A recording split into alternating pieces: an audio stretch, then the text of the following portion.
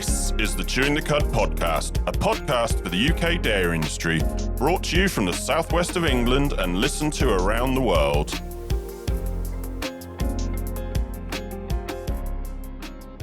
Hello and welcome to Chewing the Cud podcast. My name's Andrew Jones, and with me today is, well, actually, as I record this, it's just me. It's November. This podcast is off the back of a visit to an open day that Buitelaar had at their R&D farm near Frome in early June. And off the back of that, 3 podcasts have been recorded. This is the first one where we're going to talk about evidence-based calf rearing. The second one I'm thinking of tying in with Beef Week next year. We'll be talking with the partnership between Buitelaar and Morrison's and what they are looking for going forward. And the third one is with Bimeda, talking about the Imagy test that Bimeda have developed in conjunction with Synergy Vets and Buitelaar. Apologies to Connor if I pronounced that wrong, because I've struggled with that like I used to struggle with saying sequestration. But anyway, so this is the first of those 3. Hopefully you all enjoy. And so, yeah, let's go talk about evidence-based calf rearing. Hello, I'm Andrew Jones. And I'm Neil Gregor. And welcome to the Chewing the Cud podcast, a podcast for the UK dairy industry. Farmer, advisor, processor, and everyone else. We have topics and episodes that will interest you. We discuss the practical and the technical aspects of different UK dairy industry topics. We aim to make you think about what you're doing and ask yourself, can it be done differently? Listen to us speak with specialists from inside and outside the industry about their area of expertise. Subscribe and listen to episodes for free on your favorite podcast platform, or sign up to our website www.chewingthecud.com for podcast notifications so you never miss an episode, and links to our socials. Or email us direct on podcast@chewingthecud.com. If you like what we do, please share and leave us a review to show your support. And that's it. Enjoy today's episode.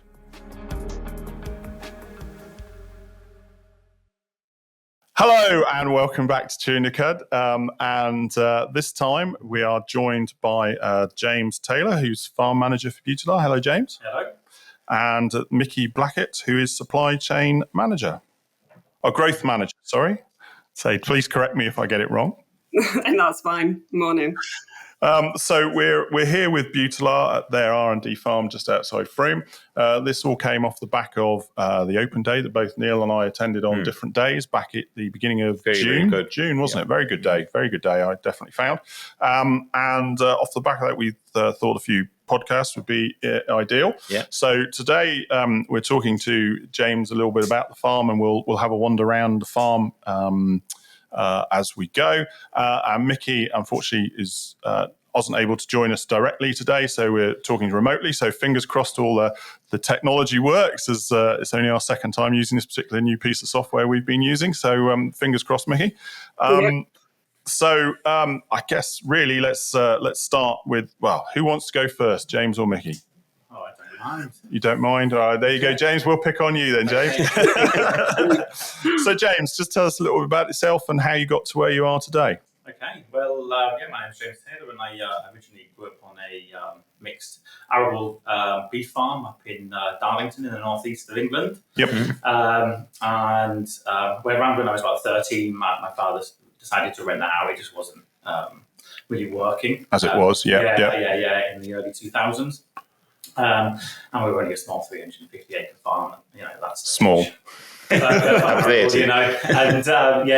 started renting that out, and he himself went into property. Yep. So I was really absent from agriculture for a little while. I moved to Newcastle and kind of lived that city life for a while. Yep. And then, like most people who are unsure about what they want to do with their future, I decided I'll throw some money down the drain and go travelling. Yeah. So I spent 5 years travelling the world, and oh wow, so we're in Australia. Yep. Which is a great experience, and that's really where I fell back in love with agriculture. Farming and agriculture. Yep. You've got to do 3 months farm work out there to get a second year visa. Of course, yes. So part of that, I really, I was eager to get back out there and kind of, showcase what I used to be able to do. So I went into cotton farming actually, which was incredibly interesting. The irrigation and incredible. I've seen some cotton harvesting, and I fed whole cotton seed when I was in Oz. Yeah. But I don't know much else other than the fact that you don't have any livestock anywhere near it because of the endosulfins, isn't it? All right. Yeah. Yeah, I mean, the only thing you'll find here is either kangaroos or wild pigs. But Yeah. no, it was an amazing experience. I'll tell you some stories about pig hunting, but that's another day. Yeah, me too. It's all over there, though, isn't it? Yeah. But no, and then I did a little bit of arable as well, and obviously the kit and everything's just incredible. Yeah. Huge. But anyway, at the end of my travels, I returned home and landed in Cambridge. It's where I found my first job as a farmhand. Yeah. And I worked my way up and started managing a grain storage unit there. And I did that for 3 years. Right. Before my partner at the time and myself decided to make a move. Yep. And that brought us down to the lovely southwest. Yeah, southwest. And from there, it was a guy who recently had on your podcast, Neil Christiansen, who gave me my first shot on a dairy farm. And I worked for him for a year, just milking. Yep. And from there, I found a job advertised for Buitelaar. Very good. I started here as a machinery operator and have worked your way up. my way up. Yeah. Well Very done. good. Well done. So, Mickie, tell us a little bit about yourself. I'm going to sound very boring now compared to that, James. So I was born on a dairy farm, so 400 milking cows in Chester. We had that, and then we moved back to where my father was from, which is in between Preston and Southport in Lancashire. We moved on to what was an arable and sheep farm.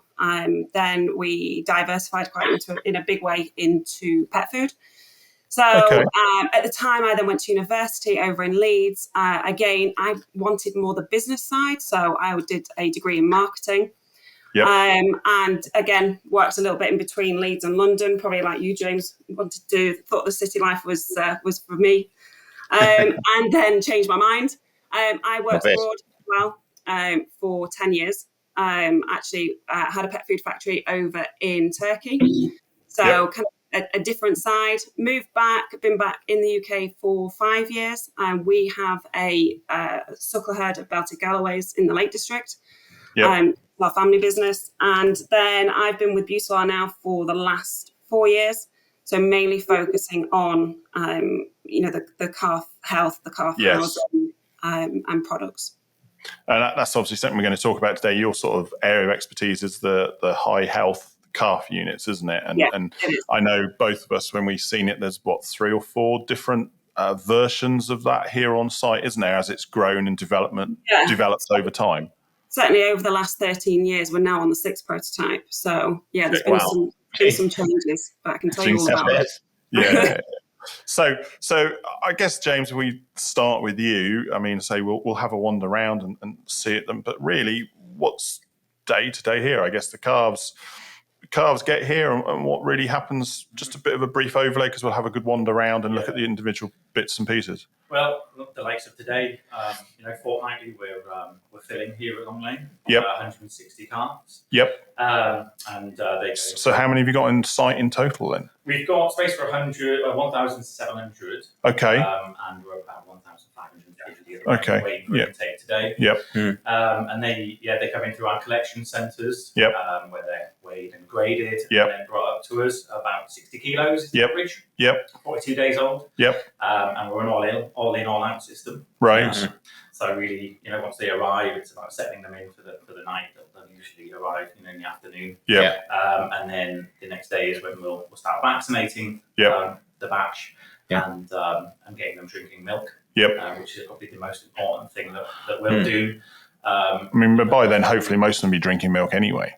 I mean, they will be drinking milk. It depends how they drink. It could have been a bucket or a teat, or And of course. We feed from troughs. Feed them any other hygiene reasons. So you might think that's easy. No, it's not. I don't envy you. As soon as you went 1,500 calves, I'm like going, no, rather you than me. It can be difficult, but we are very successful at it. It's just getting the whole team in there, making sure that we're giving them the time that they need and the effort. So you put the milk into the trough and then they. So how do you monitor the intake, or is it? Well, we will look at slow drinkers. Visually, right. We'll so you actually visually watch them, and wow. We don't just leave them to go at it because someone will get 6, someone will get 1. Fantastic. Generally, we're not giving 3 3 litres to the exact single No, buckets, but it's pretty yeah. confident that they're getting. And I don't mean this in a detrimental way to anybody at all, but I'm thinking to myself, like I was going, because to me, rearing calves was that job that it was very important, but it was on top of everything else you were trying to do. Whereas you guys, that is what you're doing. So you can concentrate fully on it. Whereas I know myself, when I was doing it, I'm still thinking about like, those cows need serving, or this needs doing, or that needs doing. And I'm sure you've got your own thoughts as well, but that is your business is concentrating on the calves, isn't Absolutely, yeah. I mean, obviously, we've got 101 other things to be doing, but Yeah. we've got to prioritise where we put our efforts, and definitely for those first 2 or 3 days, which is usually what it takes to get them settled. Yeah. So it's individual attention. Yeah, absolutely. Which is fantastic. Them up and you've got somebody on the outside stepping their fingers. Yeah. It's just simple tactics that are really effective. I mean, how long have Buitelaar been here at the farm? Correct me if I'm wrong, Mickie.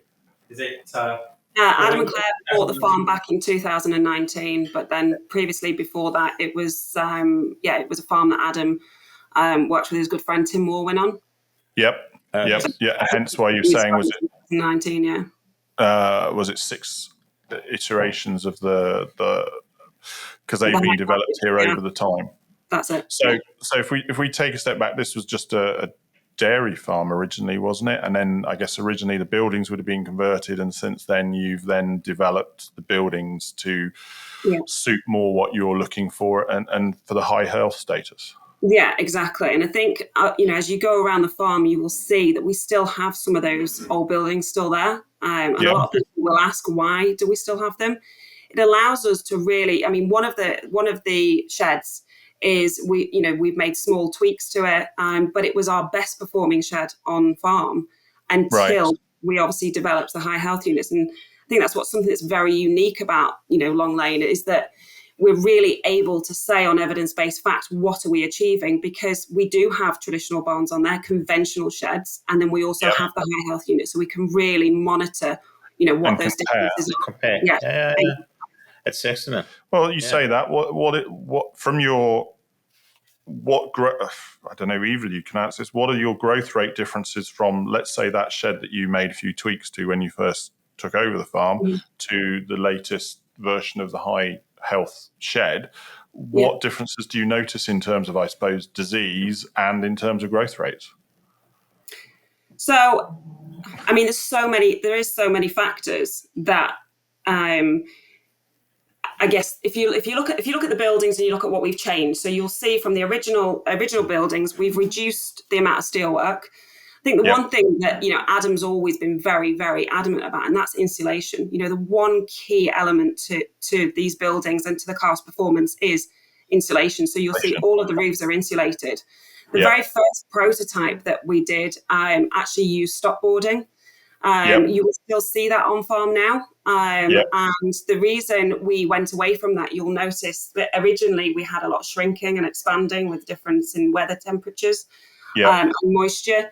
We then put those in brackets, thinking that if we put them in brackets, we'll hold them in. And then, they then started to still bend and twist. And so we thought, actually, we need to come up with something else. So that's where you'll see the walls now are made out of a reinforced plastic that's actually designed for pig housing.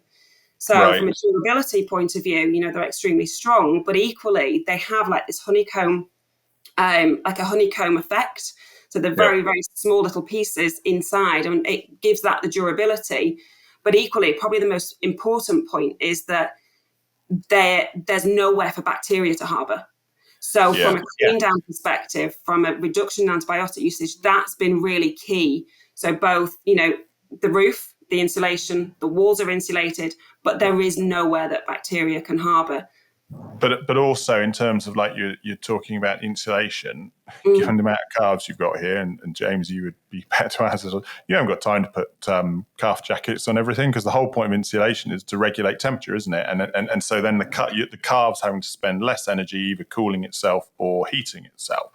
I mean, I know I've had conversations with people and like, oh yeah, they use calf jackets in Australia, and they look at you go like, what? Okay, maybe not in the extreme heat, but I've certainly known people use them over there, because the whole point is they're not having to use energy to heat themselves, to keep themselves warm, therefore they grow better. And a setup like this, you don't have time to Would you want to be doing that around all 150 calves? But I mean, that's one of the reasons for it. But it is, as you say. I mean, as you said, Mickie, we'll see it. And I remember it from the open day that, as you say, you've got the insulations because it helps regulate temperature, but also it's allowed you to create that smooth surface. And let's be honest, that's what it's all about in terms of keeping it clean. And as you mentioned, one of the most important things is regulating that temperature within the building. So the biggest thing is what we don't want is those drastic heat spikes, from night to day, or even, in sunny or equally cold conditions. And like you say, if the calf is stressed, they're using that energy instead of using it for growth. And as you've just said there, in terms of the big changes, I mean, that's when you're more likely to get pneumonia, isn't it? It's from those high day temperatures, low night temperatures. So autumn and spring are usually when you'll get more chances of getting pneumonia. So again, if you're reducing that, you're going to reduce your drug usage, and let alone the drug usage, the labour usage of having to treat those calves, you want those to run through the system as smoothly as possible. Absolutely, yeah, absolutely. I think as well, I mean, we mentioned that we're talking about insulation, but one of the other major factors is ventilation. Now, ventilation has been a huge thing. I mean, the angle of the roof, and it sounds crazy, but the angle of the roof, we've changed 17 times in total. Really, I told you it sounded crazy, but that's really about constantly tweaking, constantly improving, and constantly monitoring and trialing and knowing what performance we're getting. I mean, we've tried completely closing the back. We've tried, smaller gaps, bigger gaps, and really now how you see it is the absolute optimal. And that's giving those difference in growth rates and that difference in the reduction of antibiotic usage. It is huge. Huge. Well, are you able to put a figure on that antibiotic usage, what it's gone from when you first started here to those latest high health units? Yeah, so when you look at on the farm, we have, as I mentioned before, we have the original buildings, so the conventional style shed. Right next door to it is where we have the latest version of the high health unit. It's actually where we run our trial facilities from. So as you see from there, you will see same wind direction, same genetics, same people taking care of them. Everything's the same. But the difference, and again, I stress that it's already a very good conventional shed. But actually by housing alone in the high health units, we're still increasing our weight gains by 187 grams more per day. Oh, I remember that. Oh, wow. Yeah, which is huge. Significant. Yeah. And if you think about the time that they're on farm, so we say 187 grams a day, over a week, that's 1.3 kilos, give or take. That's a difference in a week. So the time that they're just alone on the rearing farm within 14 weeks is 18 kilos more per animal.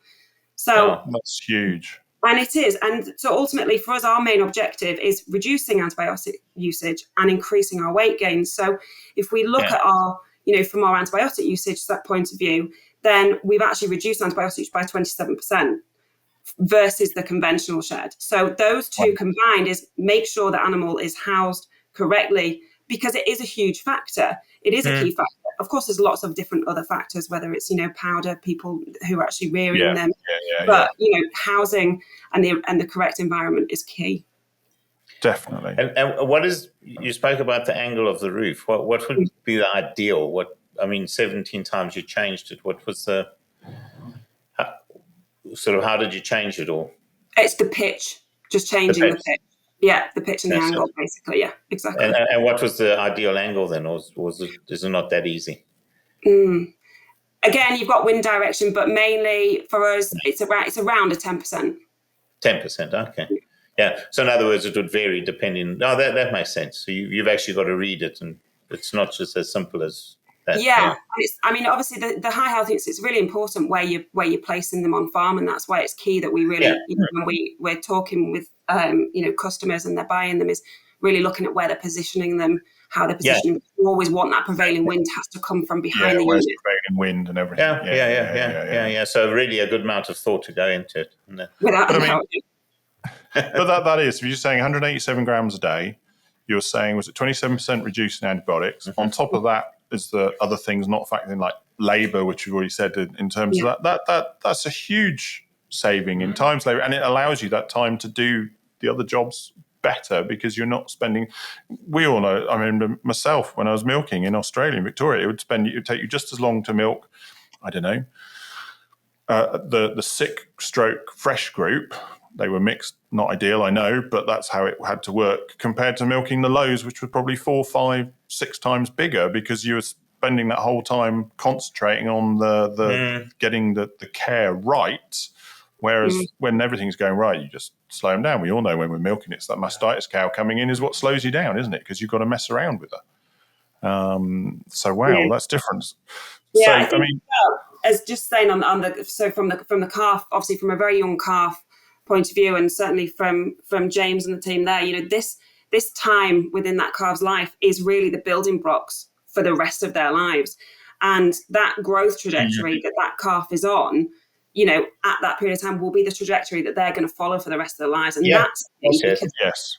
You've got to get it right now, isn't it? I mean, I know I've done enough just recently conferences that we talk about young stock rearing, and obviously we're looking at the dairy, but it's no different than the beef. No, you've got to get it right, and this is now their most efficient time in terms of feed efficiency and everything to make the best growth as quickly as possible. And this is when you should be hitting at least 1 kilo a day on your daily live weight gain, if not more, because the efficiency just disappears. And it's while people complain, the cost of milk powder sometimes, actually this is when you'll get your best return on investment at it. It'll cost you a lot more to feed them a couple of kilos of cake later on than what it will now if you do it right.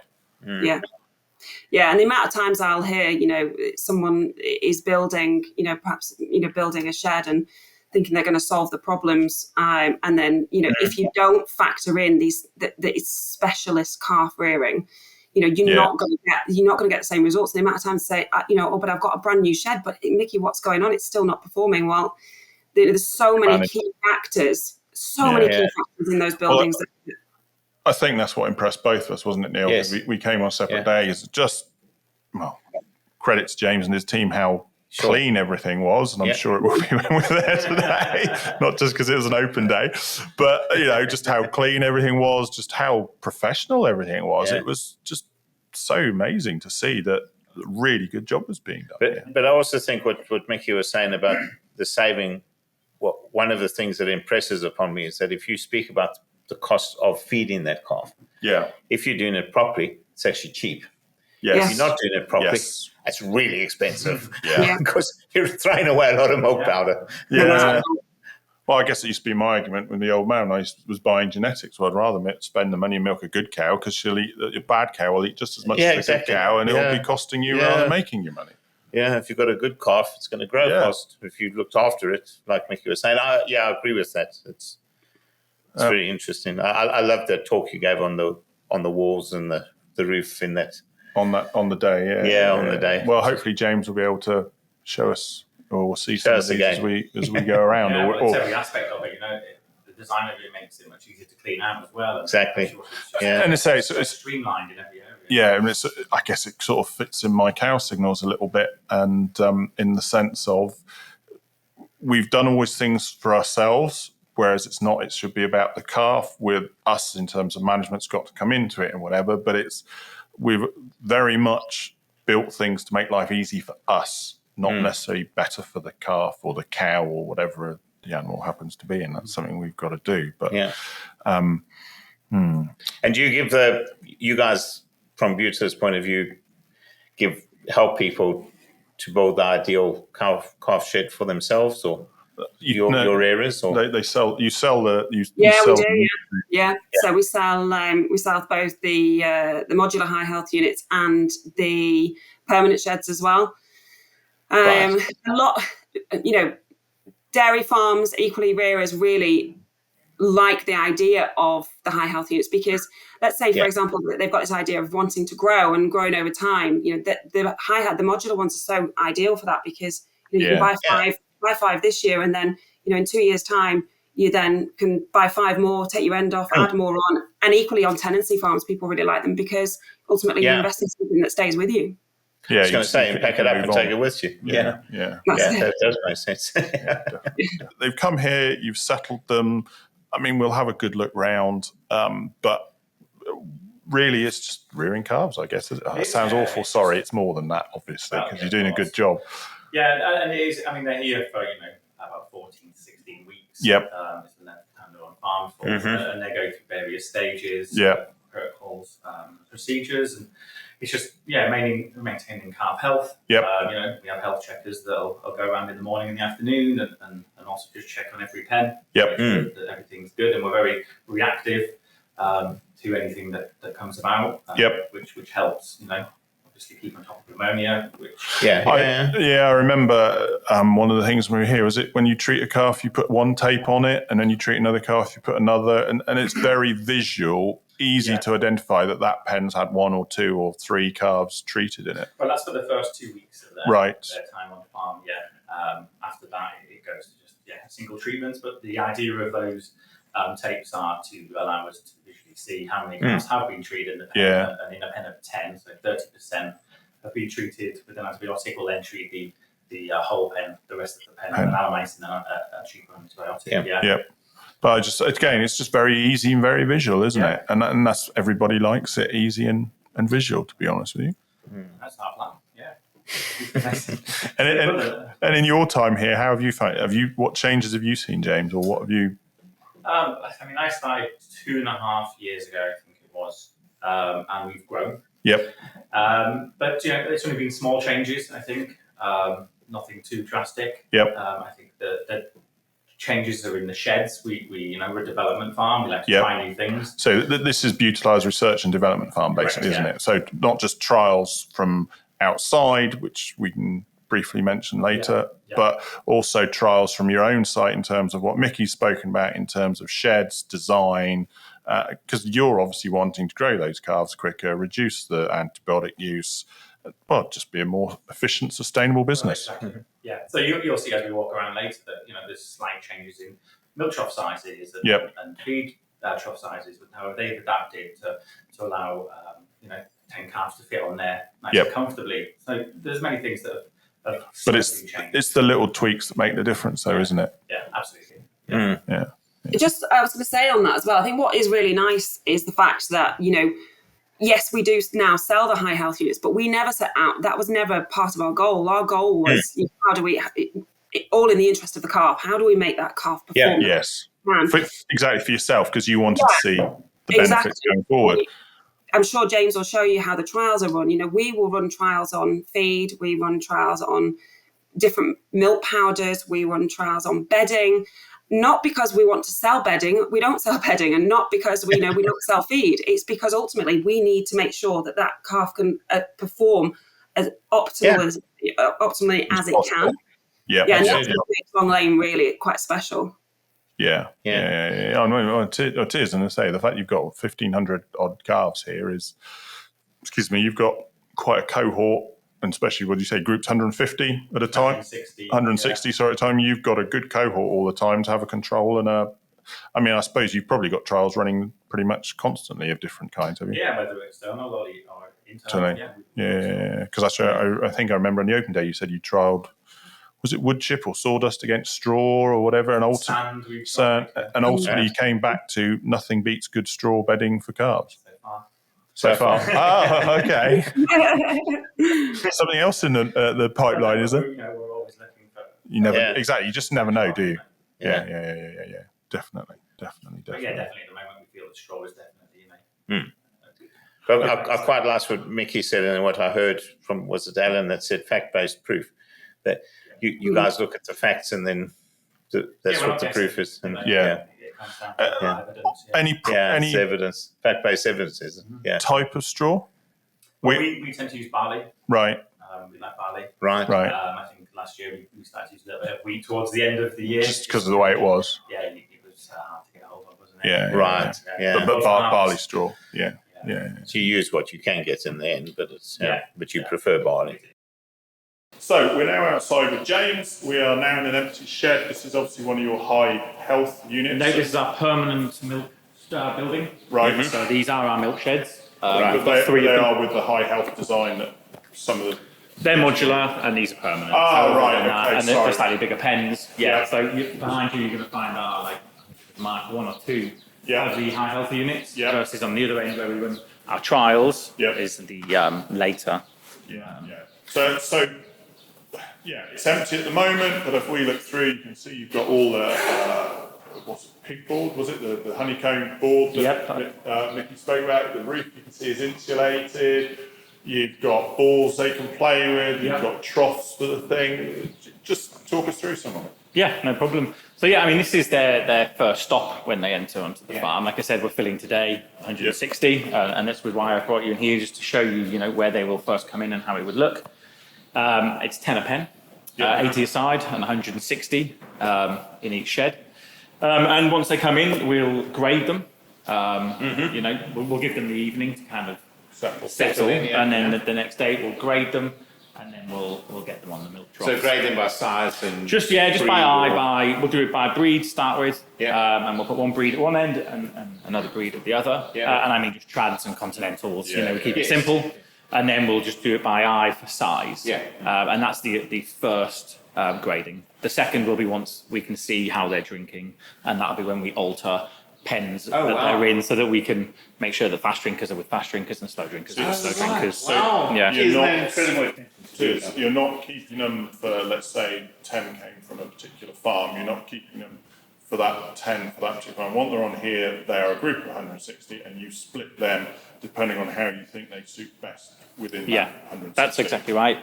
And that comes with its own complications. But we the buyers are buying calves from many farms, many dairy farms. So they're coming in, and you could have a pen, like you said, 10 from 10 different farms. And that does come with its own problems, disease and things being spreading. But, we monitor that, as we've mentioned, by just labelling the pens and making sure we're on top of it. And inoculate once they arrive. So we give them a pneumonia vaccination on day one when they come in, and that's Buitelaar Group, and then they'll get their second dose of that on 21 days in. We don't use any prophylactics. So Chloromed, we've got rid of that, we've seen a reduction of 60% in our antibiotic use. I'm mainly getting rid of Chloromed. That's really their first stop and their first stage. And then, like I've mentioned, the milk feeding. With anything else? We go on to vaccinate them, which I can talk about as we go through the stages. I think might be easier. Then it's milk feeding. It is getting them drinking from that trough as efficiently as possible. Do you wash out the troughs? We'll wipe them down clean, and that's partly why we like these troughs, so we can keep them clean. On a hygiene level, we feed them, they drink it, we clean them. And it's just a water trough. So you've actually got your water trough at the end of your milk. So you do actually section. Water. So they've got their water, and then the milk goes in. Right. And then concentrate, I'm guessing, in there. Oh, I see. They'll get a kilo each when they first arrive in there. Right. They're not eating too much to start with. They range between 2 weeks and 6 weeks old on this farm. So it's still not quite weaning yet, but no. I mean, we run a 35-day milk plan here. Right. And that's 25.1 kilos of milk powder over that time. We'll obviously monitor, and the young calves maybe that come in that aren't as strong yet, we'll keep them on. I know we walked past it as we came through, but given the calves, I wouldn't want to be mixing all of this lot of milk up. No, but we do make it easy. We've got a little vehicle, the milk taxi. Right. So we can mix it quite quickly in the milk room, in 500 litres. They're all getting 150 grams per litre. Yep. We pump that milk into the milk taxi, and that holds 1,000 litres. And you can drive through a shed.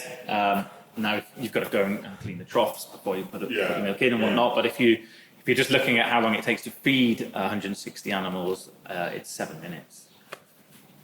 It just pumps straight out into the trough. And this is when they're drinking, obviously.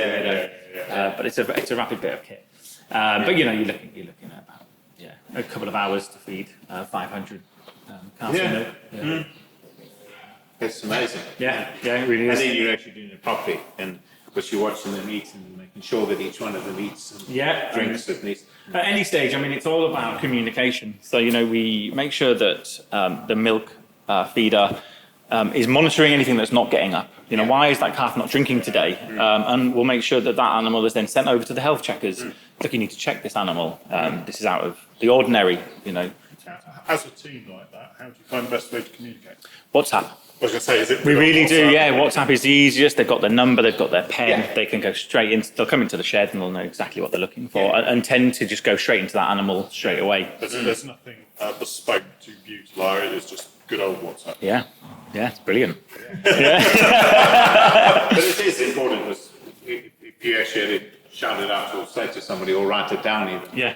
Your handwriting and my handwriting, and then No, it's true. It is. It just keeps it so simple, and it's in black and white. And they'll come in here and they'll take the temperature of the calf. Whether the health checker thinks it looks sick or not, it's an indication that something isn't right. If a calf that usually drinks is not drinking. So, And then if it usually does, if it's sort of new and it's not drinking, well, then at least you have time to teach it. And again, we monitor that. Just a spreadsheet. We go through the pens and monitor any that haven't drank in their second feed. We'll start from, and then say, okay, so they might just be still settling exactly, still settling in, and then third, and then we need some sort of intervention there. Like there's something going on. We need to try it on a bottle. Do we? Or change the group. Exactly. Yeah, and you do find if you've got a group of 5 non-drinkers that you just split them up into other pens and they just follow the leader. Right. It's really good. I was going to say that's probably keeping them alone. They're always drinking. Yeah. But it's good. I mean, we do have bottle babies, as the girls like to call them here, but not many of them. We've got 500 calves now on milk, and I think there's maybe 2 or 3 of them are on a bottle. We try not. 3 of them are babies. Yeah, and the girls do like those ones, don't they? They're like standing there and stroking its head. And just pain, you want to get done. Yeah, and that's it. It does slow you down, but it's important, and it's not. We don't give up. We give it the bottle, and we still try it on the trough, and try with fingers and with exactly, and encourage it, get the taste for it. So try again. I mean, some people will say they don't like your milk troughs because they're not being. You're always told, aren't you, at college, you should scrub your buckets, you should do this, you should do that for disease, which you don't do because the way it's set up. But I do like the water trough at the other end. It's very nice design simple in that regard, isn't it? But this trough is for the 10 animals that are in the pen, and we do write them down. So they're not like buckets that it could be a different bucket. Exactly, Each being time fed down there. they're on that trough, and that's it. And they're quite easy to clean. To be fair, for people that can't see this. And I'm guessing when like it is at the moment, this has had a full wash down. Yeah, so the group moved out of here 2 weeks ago, and they moved over to one of our wean sheds. Yep. And then it's straight in here and looking it out, pressure washing it. We soak it up, pressure wash it, and then once it's dried out, we disinfect it. So we're taking every precaution we can to make sure that this is as clean as possible. How empty does it say? Well, we've been lucky with this one. It was a bit longer, a week, but usually it's empty for 2 or 3 days. Okay. Yeah, the turnaround on the shed's probably a day. Oh wow! That's just a quick turnaround. It can be turned around very quickly, and disinfecting is the last stop. So what do you Bobcat? We have got a JCB 535. Wouldn't that be a bit big to get in there? Or not? Well, they open up at the very end. Oh, sorry. So you've got 8 pens on each side, and at the end of I should say, I make that comment when I'm looking at the side. It's got a solid end. Concrete. I'm not completely stupid, hopefully. Right. Sorry. Yes. So we will open it at the end, and you can just go straight through, opening each partition between the pen. Yeah. And it takes about 45 minutes to an hour to muck out each side. And then as soon as one side's done, go in here, pressure washing. The side's getting done. It's got to be good for the calf, but it's also got to be good, easy management. You don't want it. God, I certainly remember hand picking out calf pens and having to go to one pile and then make it through the door to another pile, and it's just time and effort. It's just time you don't have. But it's amazingly clean, though. I mean, that just for obviously no one can see this, but it's so clean. You can actually, like Andrew's just pointed out, there's nothing in the corners. Everything is absolutely spanking clean. An example of how clean it was. I told you this one, and James would probably go, please don't tell me that. But when we were in here for the open day, we had those beef sandwiches, didn't we? Yes, they were exceptional. I dropped some of my beef on the floor. Didn't worry me about picking it up, putting it back in my sandwich and eating it. Now, I probably shouldn't be saying that, but it was that clean that I would have. That's what I mean. You wouldn't normally in a calf shed, but it was that clean that you were like, I'm not worried. Thank you. No, it's amazing. It's incredible. But it's just shows you what can be done and what needs to be done, I suppose. So the castle will stay in these milk sheds for about 7 to 8 weeks. That's before they move on. And during their time in this milk shed, they'll have their vaccination for the moment. And then they'll have a coxy, and that's on their 3rd week. Right. And then they'll have their first of 2 weights on farm. 6-week wait, which gives us an indication of their growth I'm rate. assuming they're weighed as they come on farm. They are way down at our collection centres. Okay. Yeah, and ours, they're also 1/4 mile down the road there. Yeah. And then they'll come up. So we have a rough idea of what they're weighing already. Well, we know exactly. And then there's 6-week wait, I'll give us that second indication of how they're doing on the dailies. And then when they move over to the wean sheds, they'll have their final wait, 10 weeks. Yeah, and that's really their last wait before they leave. Should explain the noise you probably hear at the moment. There's some building going on right next door to us for some more sheds. Yeah, we're building some more permanent structures and another milk shed, a wean shed. We're also trialling out a new style milk shed. Right. Which is going to be an all the way through shed. So rather than that transition from milk to weaned, they'll just stay in that shed. So there'll be slightly bigger pens. Yeah. So we'll hopefully see that. Those gates where we're looking at open up to then allow them to come to the front to eat something or whatever it happens to be. Say that again. Don't worry about it. But yes, but they will stay in there. They'll stay in here the whole time. Yeah. So their pens are just going to be larger. Yeah. And we think that will reduce. You see a slight dip. They also feed intake once they move over, they might get a slight under the weather, so we want to see how they'll fare in and I think that it'll be it is good from a herd sort of animal point of view. They are herd animals. Yeah. They like staying in a herd and in the same herd, and so you're actually keeping them together in every. I know. So there'll be many benefits we see to doing this. No changes. Come back and we'll tell you how it's gone. Yeah, we seem to be lining up a lot of come back and we'll tell you how it's gone at the moment. Yeah. So from here, if they've come in here, obviously there's none here. Where will they go from here? So once they've hit 7 to 8 weeks, we'll move them over to their wean sheds, which is a much larger shed. Yep. So they're a bit more open to the elements. Yep. We can go over and have a look at those if you like. Now they come from pens from the milk sheds. Yeah. They'll go into pens of 20. Yeah. Again, it's graded again in a similar style, breeds together, and then by size, and that really makes it easy for picking for orders.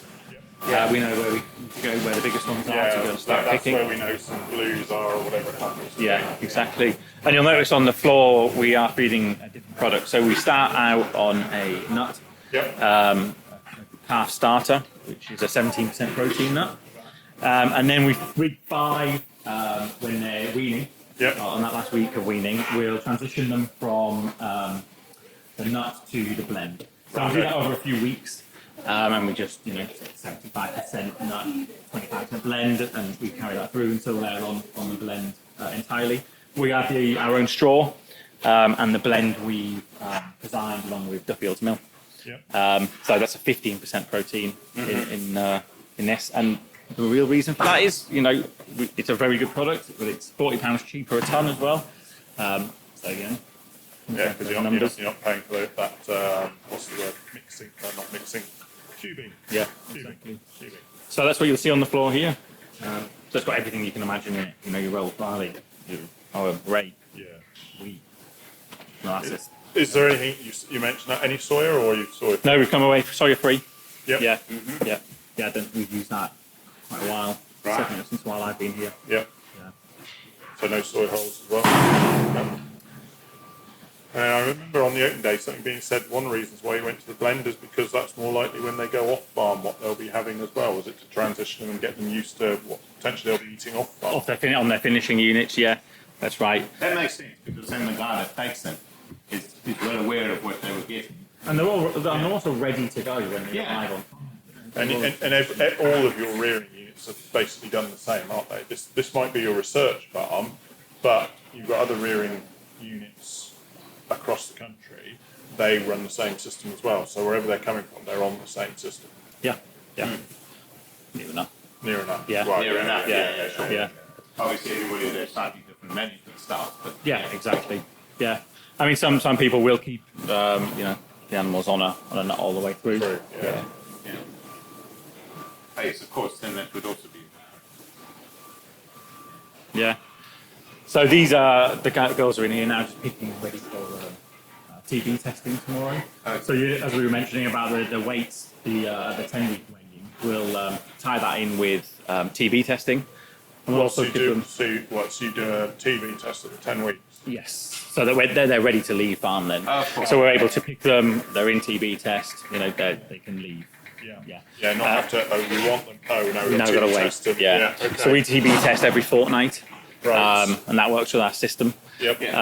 And at the same time, we'll IBR them, clip their backs out, we'll give them some fly paw, which is a drench on their back. So, the 10 weeks is really important, and these sheds really help them progress through that. Very good. Yeah. I did like them. I can see it now. The backs of the are they water? Is that water troughs? Yeah, water troughs. These are water troughs, yeah. Yeah. And the fact that you've got the drainage pipe that then leads straight onto here, so that then if you want to empty them, you can, and it's not going on their bedding. That's it, and we do that quite regularly. As you can see, that when they're eating their blend and they go and have a drink, it'll fall in the bottom of the trough. So we just drain them out regularly, flush it out. But also you'll see the doors on the troughs. Yeah. They're about 1 metre wide. Anyone who can't see them. And rather than when you're blowing straw into the pens, you're not blowing it into their water. Yes. Now we will put them pinned back for the first couple of weeks for when they first come in, just so they have easy access to the water. They know where it is. Yeah. Get used to the new shed, and then we can close it up. Yeah. I'm glad you mentioned that, because I'd forgotten why they were on there. I knew there was a reason, but I could not remember. So why is this pen empty today? So we'll use this pen to pick. Right. Whatever we pick, we'll put into this pen, and as you can see, you've got some animals there in blues that have been picked. They've been marked with red, and they're ready for an order to leave out this week. So that's the only reason we've got an empty pen there. So when do they usually leave? Between 14 and 16 weeks. Yeah. Do you know what the target for them to leave? 150 is our average. 150 kilos our average weight. We've got a 1.05 average daily live weight gain across all breeds here. They're all doing super well towards the end at that stage. So when the next people take that group, they've got every single animal with a weight on, so that you can calculate what They've got their weights, they know what their dailies are, they know that they have been vaccinated for pneumonia, the IBR, and TB tested, and when they arrive, they have that confidence. That's what they're receiving, and everything that you actually need to. They know everything. It's brilliant. And it should be said, a credit to you again. Okay, I'll be blunt, it's not quite as spotless as it was on open day, but that's open day. But otherwise, you can't argue. It's pretty damn good. It's pretty damn good. Oh, come on, that's coming. You didn't get the pressure washer out? You walk there, and this is what it is every day. Yeah, you guys, take real credit for that, you and your team, because all the calves look well. Yep. Plenty of feed in front of them. There's plenty of straw, good clean straw in front of them. Why aren't if they're not doing well, you'd be asking why aren't they? Because everything is. It's having routine. I really think routine is key to running this farm. That's right. Like you were saying, eventually having them all in one pen for the whole time. Yeah, that's routine. exactly. Just so used to that routine. But it comes down to the small things, of making sure we're regularly cleaning the yard. And we're having those days where we're not leaving cakes and we're picking up after ourselves and having a brush around. It's. I'm assuming weekends are only what has to be done, is it? Yeah. So weekends we weekend hours we call them, and it's about coming in, bedding up, because we bed up every day here. And feeding, health checking, and then you go home for a few hours and then pop back in and just do your health checking and milk feeding again. It is, and we want to, keeping staff happy as well is key, and that's part of the reason we feed. At the hours we do, at 7 a.m. milk feeding, and then again at 2:30, so that people can still have a life outside of farming, right? That's right, absolutely. Very important. And let's be honest, that is more and more what it is about these days. It didn't used to be, but No. these days it is. No. Well, of course, when I was younger, all I remember is working every hour under the sun and going out at sunrise and coming home well after sunset. So that's right. It's crazy. Yeah, my parents-in-law used to do that, and Carmen used to say there's no peace, no rest for the wicked. Yeah, that's it. My grandparents used to say the same thing. Yeah. But we're looking at them all. You've got obviously balls. Do you find it makes a big difference having the balls in here for them to play with? Well, they do play with them, so I do think it makes a difference. I think we are continuing to put balls up. Yep. Yeah. And that's it. You need to know, really. I think. Yeah. Because they're playful animals, aren't they? You know, That's they right, really are, yeah. and they need entertaining. But some people say the negative form is potential cross-contamination, but you're also not finding it. Just clean them down. Yeah. Clean them down well. Yeah, we've not had any professional footballers come out of here yet, but we might. Yeah. Give it a day job if you do. Exactly. Yeah, just be his manager. Yeah, exactly. Yeah. So we're here now, just at the entrance of the high health unit, where we're also doing some trial work. But opposite us is those original conventional Yes. sheds. So that's what they look like, to be honest with you, just a normal steel frame building with the asbestos stroke concrete panel roof. Gates at the front, gates through the middle, concrete panels at the back. And then we're looking at this one, and it's, well, completely different, isn't it? Very much so. Yeah. Yeah. The plastic paneling, the honeycomb that Mickie was speaking about. Yeah. I mean the conventional shed that we're looking at, which is shed 3 for us. Very good performing shed. So you still, you look at these and you can't believe the numbers that you're coming out with.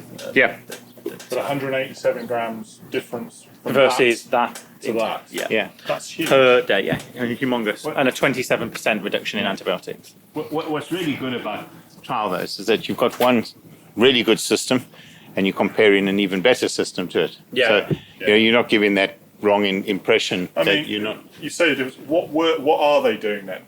1 to 1.05 over So there, and still- in here they're doing 1.3. So They're still one, doing they're still doing. You're still doing all right over there. Yeah, very well. Yeah, and that's It's not the whole it's not point, like isn't they're it? doing 0.5 and you're No. up to 1 here or something. Yeah, exactly. They are doing 1. They're still doing well, and we like to show what people can do with their their Yes. current sheds. They don't have to. We're just saying, look at what we have built, Progressed on again. and what you can That's the performance-wise, ideal. what you can Yeah. get by getting a high health unit. So we're looking at this. I don't have to ask what you don't have to. No, say that again. I'm not wanting you specifics off you, maybe what you are or aren't trialing at the moment, but what can you do here? What can't you do here? Because I can see there's different augers, so I guess you can have control groups compared to trial groups. What sort of products have you tested it? So we can do a number of different trials. We can do milk trials. Yep. Because obviously we just feed every other pen. You've got 2 bins that are on augers, so we can run feed trials, and they feed every other pen. Yeah. Again, so we can compare as easily as we can. There's antibiotic trials. To make it easy, I should say on the feed augers, you've got some with a red-headed auger and some with a blue-headed auger, and I'm assuming that's so you know which ones are which. Actually, they're all red. Oh, apart from there. That's right. just the end one, yeah. Oh, No, but then- nearly got that would have been good. It's a good idea. Yeah. But what we do is, that one out. yeah.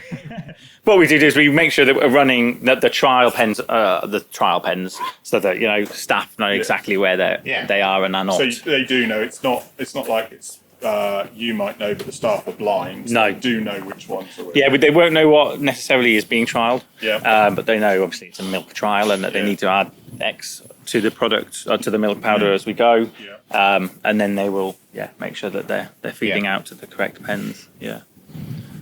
But we've got temperature gauges in each pen. We've got water meters on each pen, so we know exactly what's being drank, what's being fed. We can work that out, and yes, it's very precise. It gives us a lot of data, and the things that have come out of here are amazing, really. Yeah. I remember the talk that was given. It was fantastic about all that. Yeah, Dominic McKenzie, the Dominic, regional farm manager. He did a great talk on on all the trials that we do here. yeah. It's exceptional. But yeah, so I mean, really, we can run any trial you want over a large number of calves, and that's the beauty of. There's 160 at a time in here. This is 132 at a time. Yeah. But we run 4, 5, 6, 10 batches. Whatever they. You can do it over a few months, then it's and give Just them. looking at that car, do they all come in entire, or is that depending on what the buyer wants at the end of it, or what do you do? In terms of castration? Yeah, so that's at week 3. What we do is we'll get in Synergy Farm Vets, one of our partners, and everything is knocked down, disbudded and castrated. From an animal welfare, we did actually used to do it quite separate procedures. But we saw, well, 1, 2 dips in feed intake, second of all, the calves done well, twice. It's just bring those procedures together, knock them down, take the hit of the expense, and do what's best for the calf. 2 or 3 here, and it's done as quickly. Exactly, and you do one side a week, essentially. We've also recently become the training hub for it's the London Victoria. I'll have to check what that is actually. Can't remember now. From the training hub for something. No, for the Royal Veterinary College. That's it, the Royal Veterinary College. Right, I remember it always used to interest me that there's one in London. Yeah, they want. So they're the ones that come up. They go stay with Synergy Farm Vets, and then they come to us every week and do their knockdowns, castrate, disbuds. It's amazing, really. Yeah. So we keep them busy. Yeah. Right. So I'm looking at the time now, and thank you for James for showing us around the unit, and thank you for Mickie for being part of this today. But I mean, is there any last words of wisdom from either of you? Mickie, let you go first. No, I mean, certainly from a housing perspective, if you are looking at doing housing, number 1, insulation. 2, ensure that you've got the right ventilation. They're probably the key things. Okay. Right. Okay. Great. Okay. James? I think it's most important to look at how, you've got to believe in yourself, like on a personal level, and go for whatever you think you're doing and give it your all. Well, you never know what will happen. Yeah, absolutely. Yeah. Exactly. Any last thoughts? No, thanks, guys. It was nice. It was nice to hear you guys chatting again. Definitely. As I say, we enjoyed last time. So. We did. I mean, I happened to come on the Tuesday and gave you a call and said, come and have a look, and you enjoyed it as well, didn't Certainly you? Worth it. It was well worth the open days. I mean, if they ever have them again and you're listening and you get the chance, I'd thoroughly recommend it. Thoroughly recommend it. But no, James and team, you did a lovely calves look spectacular, and then to Mickie and everybody else that spoke. Housing is amazing. Did a fantastic talk on the day. So I'd just like to thank you all very much and for our time here today, and we'll be following this one up with a talk with a couple of Mickie and James's colleagues talking about the scheme once they leave here. But otherwise, it's a goodbye from me. And a goodbye from me. Bye. Thank you. Bye-bye. Goodbye and thank you. Thank you for listening to the Tune the Cud podcast, a podcast for the UK dairy industry, brought to you from the southwest of England and listened to around the world. And now for the really boring bit, I'm afraid, the legal disclaimer. The information provided during this podcast has been prepared for general information purposes only and does not constitute advice. The information must not be relied upon for any purpose, and no representation or warranty is given to its accuracy, completeness, or otherwise. Any reference to other organisations, businesses, or products during the podcast are not endorsements or recommendations of Chewing the Cud Limited. The views of Andrew Jones are personal and may not be the views of Chewing the Cud Limited, and the views of Neil Gregor are personal and may not be the views of Viking Genetics and any affiliated companies. For more information on the podcast and details of services offered by Chewing the Cud Limited, visit www.chewingthecud.com. Thank you and goodbye.